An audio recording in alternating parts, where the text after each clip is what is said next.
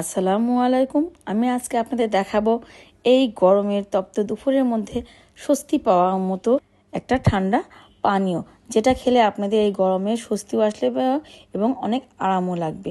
এটা আসলেই খুব আরামদায়ক এবং খেলে মনটা একদম প্রশস্তি হয়ে যায়, সেরকম একটা ঠান্ডা ড্রিঙ্কস আপনাদের দেখাবো।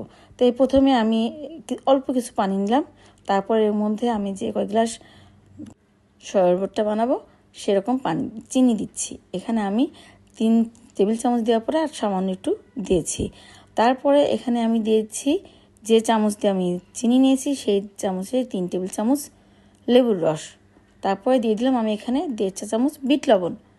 তারপরে দিয়ে দিচ্ছি আমি এখানে পুদিনার পাতা। অনেকে মনে করেন পুদিনা পাতা আগে বেটে নিতে হবে, এটাতে কোনো অসুবিধা নেই, আপনারা এভাবে দিতে পারেন।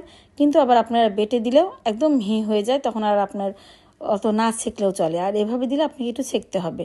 তো এই দেখেন আমি একটু ব্লেন্ডার করে নিলাম। দেখেন এই অল্প পানি দিলে কিন্তু পাতাগুলো ভালো ব্লেন্ডার হয়ে যায়, খুব বেশি পানি প্রথমেই দিবেন না।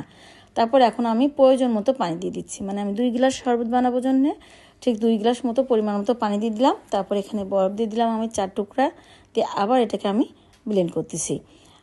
প্রথমে অল্প পানি দিয়েছি আর এখন পরিমাণ মতো পানি, তাহলে এটা হচ্ছে এখন ঠান্ডা হয়ে যাবে এবং এই শরবতটা ঠান্ডা ঠান্ডা খেতেই বেশি মজা। অনেকে আবার ঠান্ডা খেতে পারেন না, তারা বরফটা স্কিপ করে যাবেন। আর যারা ঠান্ডা খেতে পারেন তাদের জন্য এইভাবে বরফ দিয়ে করবেন। কিন্তু এই গরমে একটু বরফ দিলে বেশি ভালো লাগে, জানটা একদম ঠান্ডা হয়ে যায়। এরকম একটা শরবত আপনারা দুপুরে, এবং বানানো কিন্তু খুব বেশি কষ্ট না এবং বেশি সময়ও লাগে না।